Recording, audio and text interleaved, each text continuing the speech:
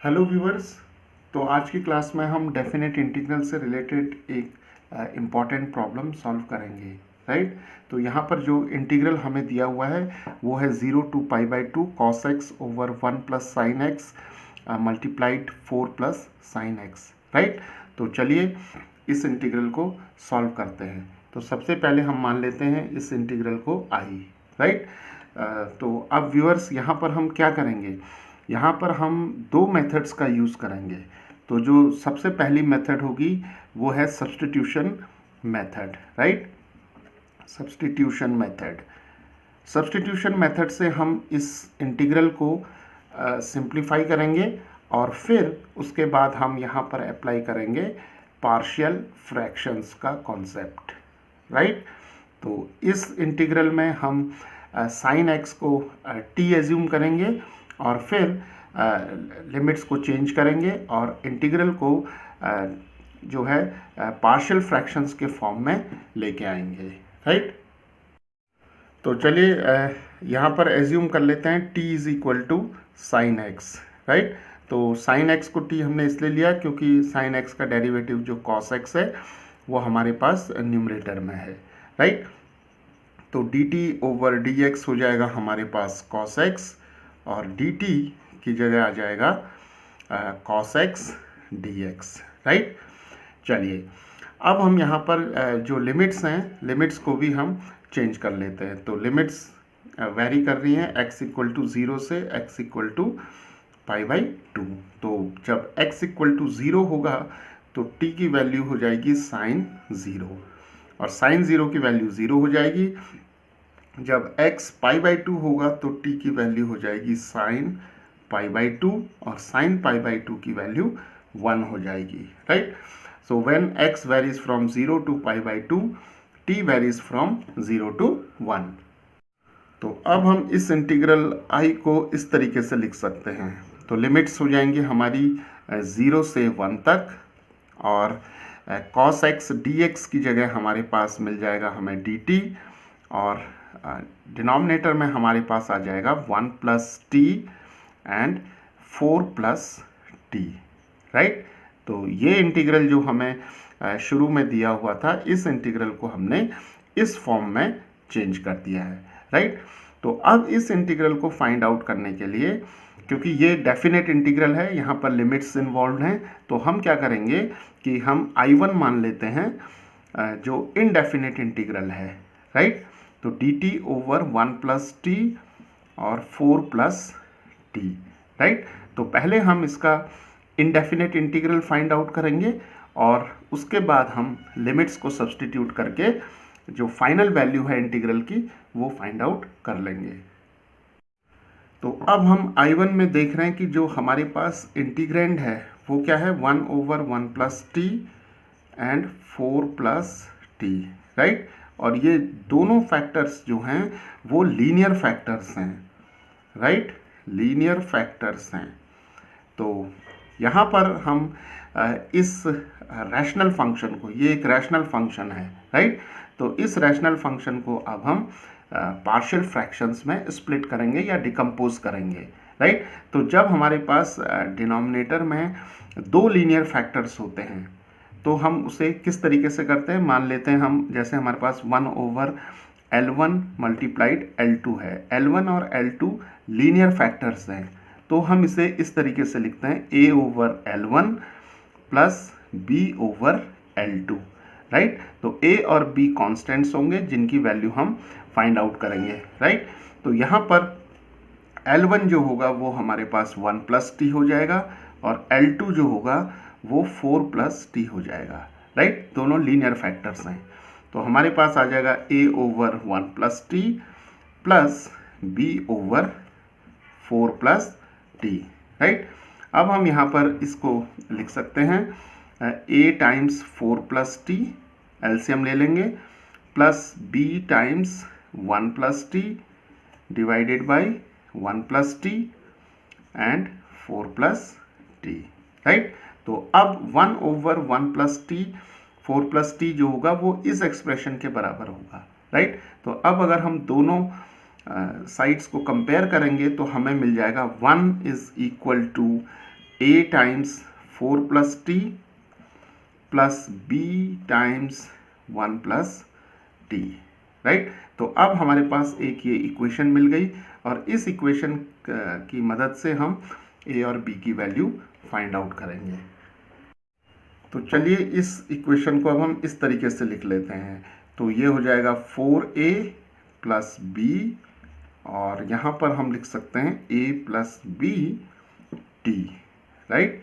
तो यहाँ पर हमने जो t का कोफिशिएंट है वो a प्लस बी है और जो कांस्टेंट टर्म है वो 4a प्लस बी है, राइट। तो अब अगर हम दोनों साइड्स को कंपेयर करें, राइट, अब इस 1 को हम इस तरीके से लिख सकते हैं 1 प्लस 0 टाइम्स टी, राइट। तो जब हम दोनों साइड्स को कंपेयर करेंगे तो यहाँ जो कांस्टेंट है ये 1 है और इस तरफ जो कांस्टेंट है वो 4a प्लस बी है।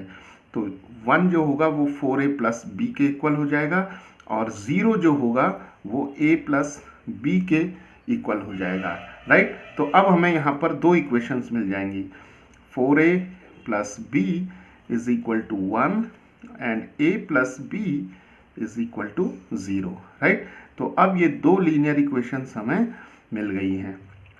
तो इन्हें सॉल्व कर लेते हैं। तो दोनों को सब्ट्रैक्ट कर लेंगे तो b और b कैंसिल हो जाएंगे। तो 4a माइनस a 3a हो जाएगा और 1 माइनस 0 1 हो जाएगा। तो a की वैल्यू 1/3 आ गई, राइट। और a की वैल्यू हम इन दोनों इक्वेशंस में से किसी भी एक इक्वेशन में रख सकते हैं, राइट। तो a की वैल्यू यहाँ पर रखेंगे तो हमें मिल जाएगा 1/3 plus b is equal to 0। So b is equal to minus 1/3, right. तो इस तरीके से हम a की वैल्यू और b की वैल्यू फाइंड आउट कर सकते हैं। तो अब हम a और b की वैल्यू यहाँ सब्सटीट्यूट कर लेंगे, राइट। तो हमें क्या मिल जाएगा 1/3 over 1 plus T plus b की value minus 1/3 divided by 4 plus T, right.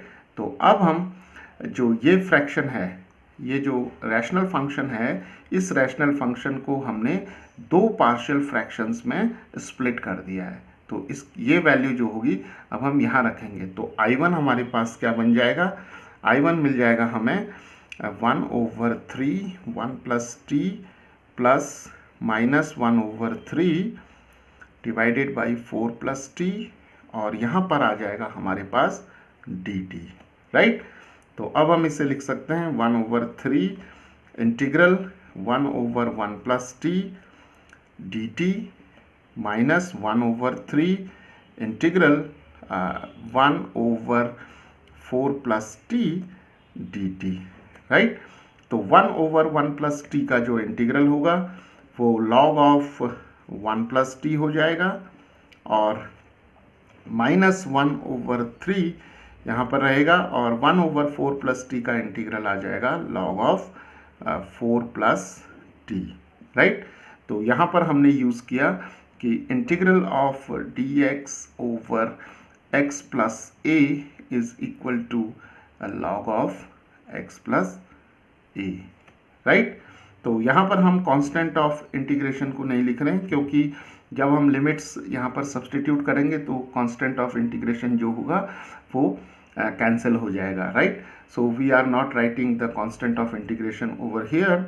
So now we can write 1/3 और कॉमन ले लेंगे 1/3। तो log of 1 plus T minus log of 4 plus T and यहाँ पर हम log की प्रॉपर्टी यूज़ करेंगे। log of m minus log n जो होता है वो होता है log ऑफ m/n, राइट। तो यहाँ पर हमें मिल जाएगा log of 1 plus T over 4 plus T, right. तो ये जो इंटीग्रल हमारे पास I1 है उसकी वैल्यू ये आ जाएगी 1/3 log 1 plus T over 4 plus T, right. तो लेकिन हमें निकालना है I की वैल्यू फाइंड आउट करनी है। तो लिमिट्स हम अब यहाँ पर रखेंगे 0 और 1। So viewers, now we can write this integral I as 1/3 log 1 plus t over 4 plus t and the limits are from 0 to 1, right। तो चलिए लिमिट्स रखते हैं यहाँ पर।